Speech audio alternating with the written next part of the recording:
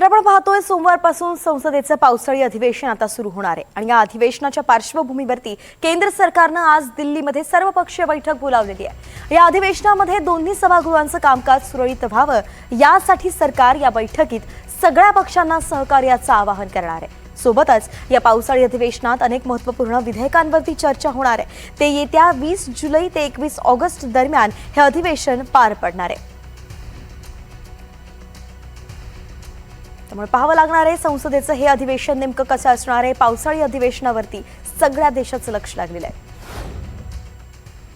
मात्र काल त्याला परवानगी देण्यात आलेली आहे, काय सांगा? 2022 पासून खूप दावे त्यांनी केले, सगळे दावे जे आहेत ते फोल ठरत चाललेले आहेत आणि मला वाटतं ज्या काही गोष्टी केलेल्या आहेत त्या सगळ्या गोष्टी सगळ्या खासदारांनी देखील विचारपूर्वक केलेल्या आहेत आणि त्याचबरोबर त्याला मान्यता जी आहे ही स्पीकर महोदयांनी त्या ठिकाणी दिलेली आहे। त्यांचं म्हणणं आहे की या सगळ्या विरोधात ते आता कोर्टात जाणार आहे। कोर्टात त्यांनी चालूच आहे त्यांचं कोर्ट कचेरी वगैरे 2022 पासून आणि प्रत्येक वेळेस जे आहे ते आपण पाहत आहे कोर्ट असेल, इलेक्शन कमिशन असेल, जे आहे हे सत्याच्या बाजूने जे आहे ते उभे राहिलेले आहे। मर्जरला परवानगी दिली नाही, फक्त अफिलिएशनला परवानगी दिलेली आहे असं अरविंद सावंतांचं म्हणणं आहे। त्यांचं म्हणणं आहे की मर्जर केलेलं नाहीये सगळ्या खासदारांचं लोकसभा अध्यक्ष। आता मला वाटतं तो सगळा टेक्निकल विषय आहे आणि हा सगळा टेक्निकल विषय जो आहे हा स्पीकर महोदय जे आहे ते त्या ठिकाणी बघतील, तो त्यांच्या अखत्यारीतला विषय आहे। डॉक्टर साहेब, डोंबिवलीचा विषय आहे।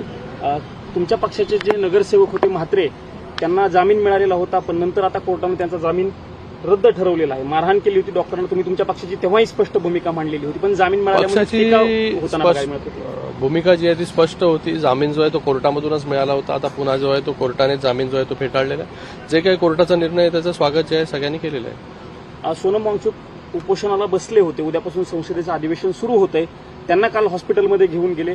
टीका अशा पद्धतीची होती की उद्या संसदेवरती मोर्चा काढला जाणार होता म्हणून त्यांना उचललं गेलं जाणीव। बघा, मला वाटतं सोनम वांगचुक यांना पुढे ठेवून